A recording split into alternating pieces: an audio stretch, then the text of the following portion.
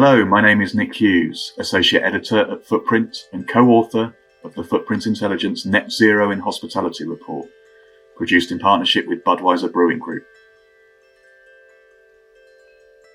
In November, the UK played host to the critical COP26 climate summit in Glasgow. The general consensus was that COP26 achieved some important progress on the climate agenda, but commitments fell short of putting the world confidently on track for 1.5 degrees of warming.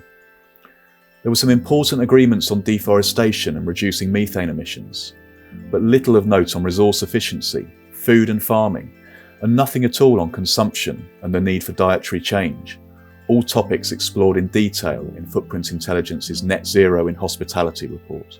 The number of businesses setting science-based climate targets has increased significantly during the past year. Recent analysis by the World Benchmarking Alliance shows that some companies are leading the way with transparent targets and reporting, as well as detailed action plans to reduce emissions. The Net Zero in Hospitality report will look at the role businesses can play in realising the UK's ambition to achieve a net zero economy by 2050. Based on interviews with industry leaders, academics, consultants and policy experts. About being net zero for carbon waste by 2050. The report will consider the challenges businesses face in setting net zero targets and the public and political pressure on them to act. And it will detail the work already underway to reduce carbon emissions, the technologies unlocking new opportunities, and where the focus of efforts must shift if businesses are to achieve their net zero goals. When interviewing industry leaders, it became apparent why making a net zero pledge was so important to them. It's really important for businesses to make a net zero pledge because the world has finally woken up to the fact that we have a climate emergency on our hands. Businesses need to start thinking about their carbon emission reductions. They need to be thinking about the impact of their supply chains and all of the waste that's produced as a result of their business operations. But equally, going beyond carbon and waste, also thinking about how in the work that we do, we can be regenerative towards the environment. So it's not just about taking, but in the process of going about building a business, we are making the world healthier, safer, and a place that in 10 years doesn't become hostage to the floods and the fires and the general disruption that we have seen. We all know the next pandemic will be a climate pandemic, and net zero is a framework that all businesses can align to make the change we need now.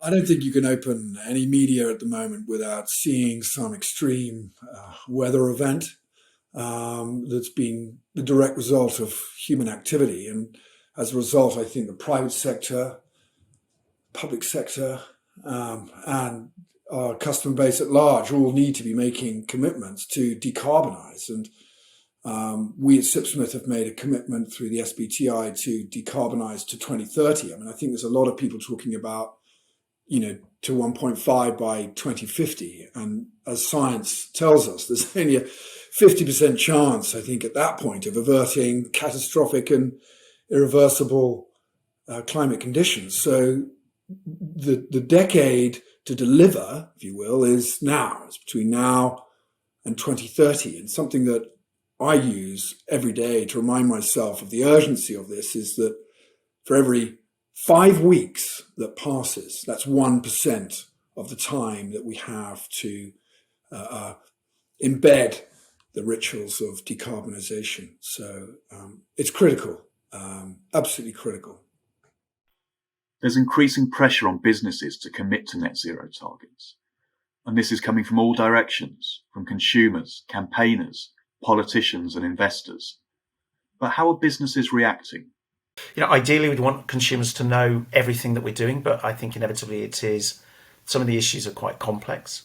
And one of the most visible challenges I think at the moment is around packaging. It's a very tangible thing for consumers to grasp, and packaging is about 40% of our total carbon footprint. So that's why we put so much effort on ensuring that we have the most sustainable packaging propositions that we can. So you're going to see a lot more noise from us around 100% rPET on our on-the-go plastic bottles that are coming in later this year. We're switching all of our multi-packs of cans from shrink to board. We're lightweighting our packs. We're bringing in new ideas such as paper bottles. Refillable bottles are coming in. And we're also investing in new recycling technology. So, we're going to really focus on communicating to consumers what we're doing on packaging. It's just one part of our overall strategy, but we think it's a really visible and tangible thing that most consumers can grasp. So one thing that we know for sure is that consumers want to buy more sustainable products. But when you get to the supermarket shelf or to the bar, it can be really overwhelming with the number of options on offer and also the amount of claims there. And our primary focus really is that consumers should be able to trust that what they see is fact and that we're doing the right thing. So the first focus is on credibility. And making sure that everything that we claim is backed up by the data.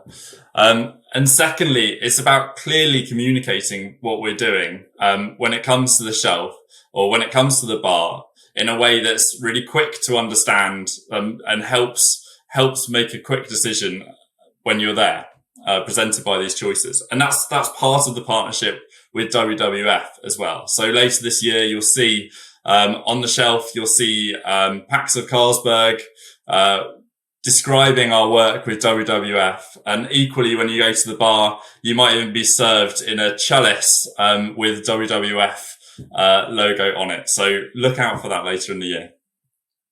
I would like our customer base and consumers to know that our commitments to B Corp and our commitments to the Science Based Target Initiative and the 1.5 degree pathway that we've got a verified commitment towards, that it is not a marketing badge that we're just going to wear on the brand. This is a fundamental commitment that Sipsmith is making to not only the net zero mission, decarbonisation by 2030, but also we've crafted a really exciting sustainability strategy that is buttoned up, it's all tied up, it's not sitting in silo, it's really directly connected to our brand strategy as well it should be. And we are going to rise to the challenge. I think we're really optimistic as a brand that we can make a fundamental difference. It's always been part of our DNA at ABI to reduce waste, to utilise our resources in the most efficient way. And we've been very serious about reducing our carbon footprint for some time. In 2018, we signed the largest privately funded solar power deal and now proudly brew all of our beers in the UK with 100% renewable electricity from our solar farms and wind turbines. Globally, we will move all our brewing to renewables by 2025. We are also implementing numerous energy-saving initiatives in our operations to achieve carbon neutral brewing. Our net zero position and sustainability pledges is that there's no greenwashing. We publish absolutely every aspect of our business online in our annual impact report. And for us, we have been carbon neutral for 10 years. And that's not carbon neutral, we're paying for offsetting on the side. We are certified carbon neutral to the British standard of PAS 2060, which is the only global framework for carbon neutrality. So we've been doing that before it became the sexy thing to do.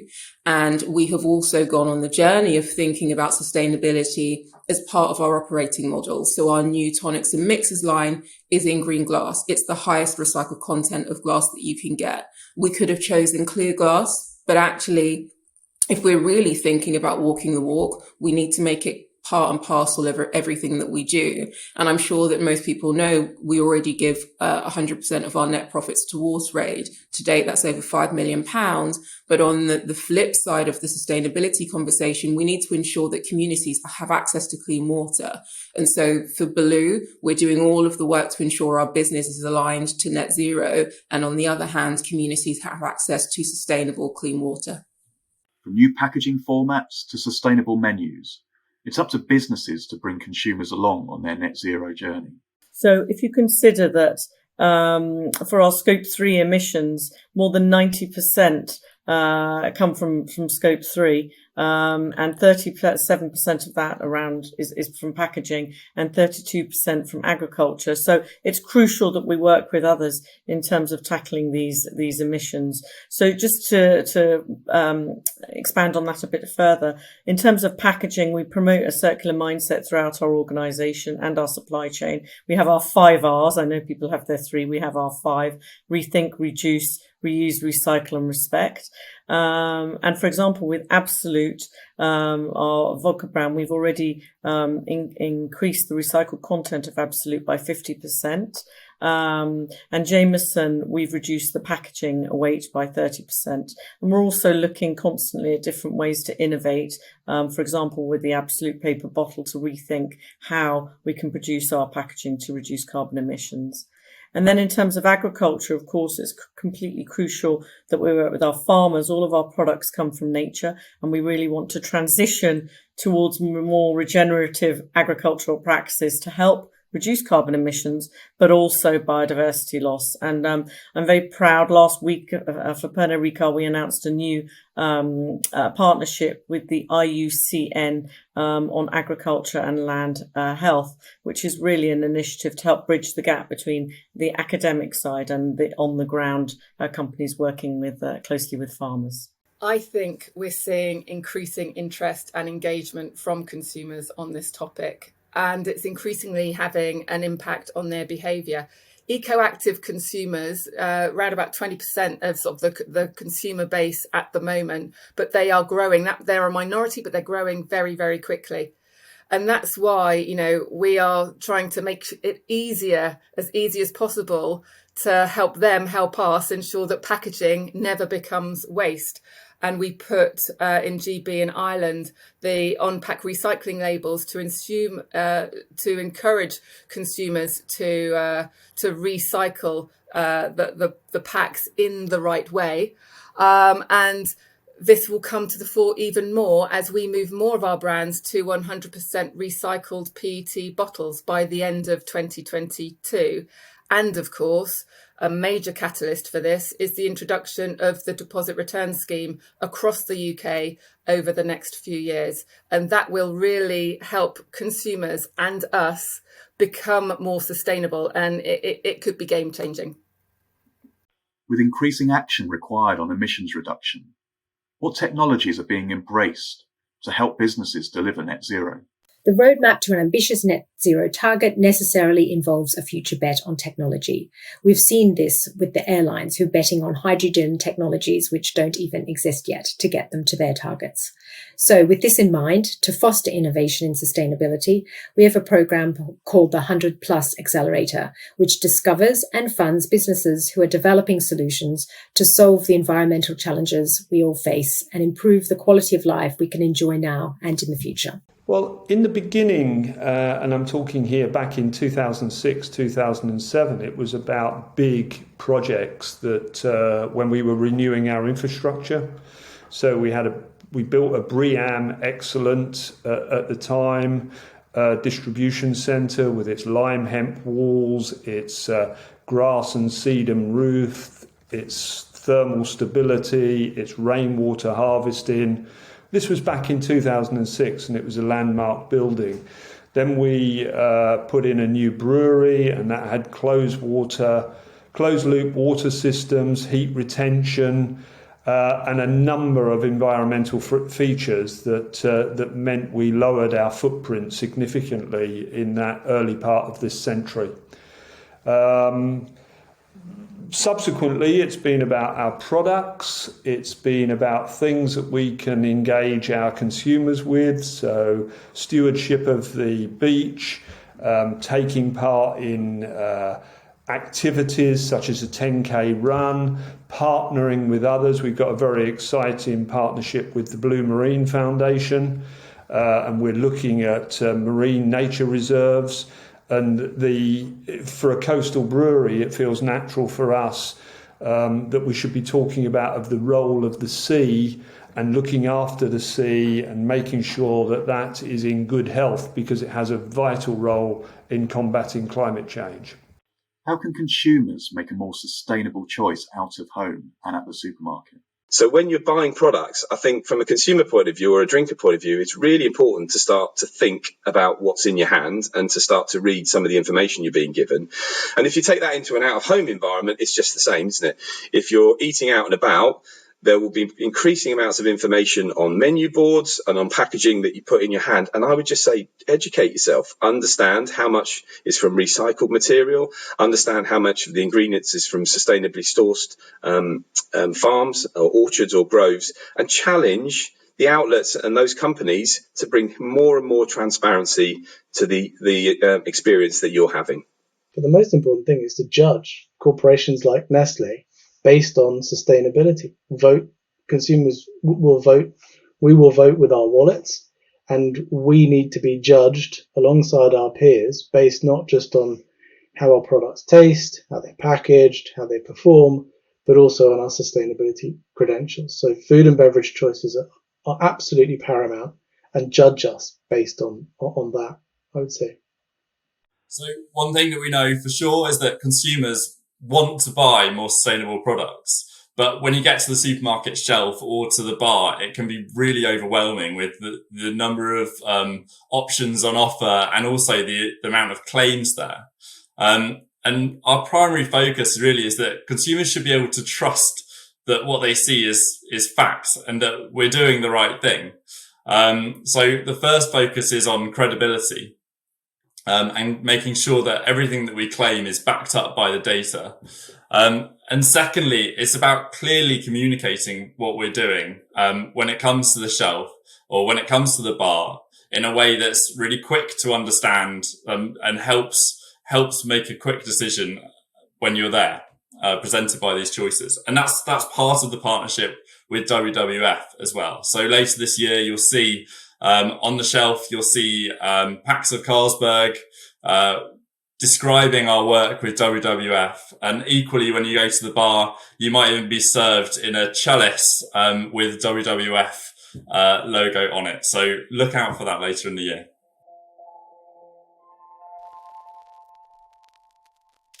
I firmly believe that business can do good as well as doing well. And I also believe that it takes the entrepreneurial and innovative spirit of business to solve the environmental and social challenges that we face today. This is really simple for us. We fundamentally believe in people, planet, and profit. And we want to balance those three things in harmony. It's why we've written those into our company articles. It's why we're a B Corp. It's why I work for Innocent. So you can be sure that we'll be making sure that from a company level and from a professional, personal level, we're going to make sure that people and planet are as important in the future as profit has been in the past. Because it matters. It matters to our people, it matters to our customers in the trade, it matters to our consumers, it matters to our communities, and increasingly we see that it matters to our investors. It's the right thing to do. We need global action on climate change, and every business, however large, however small, can make a difference. And I think it's important that we have a collaboration on this, actually. That if we can learn from Heineken or Budweiser or they can learn from us, it's important we share. The race to zero is a race we must all win together. The enormity of the challenge can only be met by collaboration, by sharing best practice and innovation, pooling resources, and industry, government and consumers all working together toward a common goal. We've heard from some of the industry's leading figures on their net zero plans. Footprint Intelligence's Net Zero in Hospitality report will now set the scene for what happens next.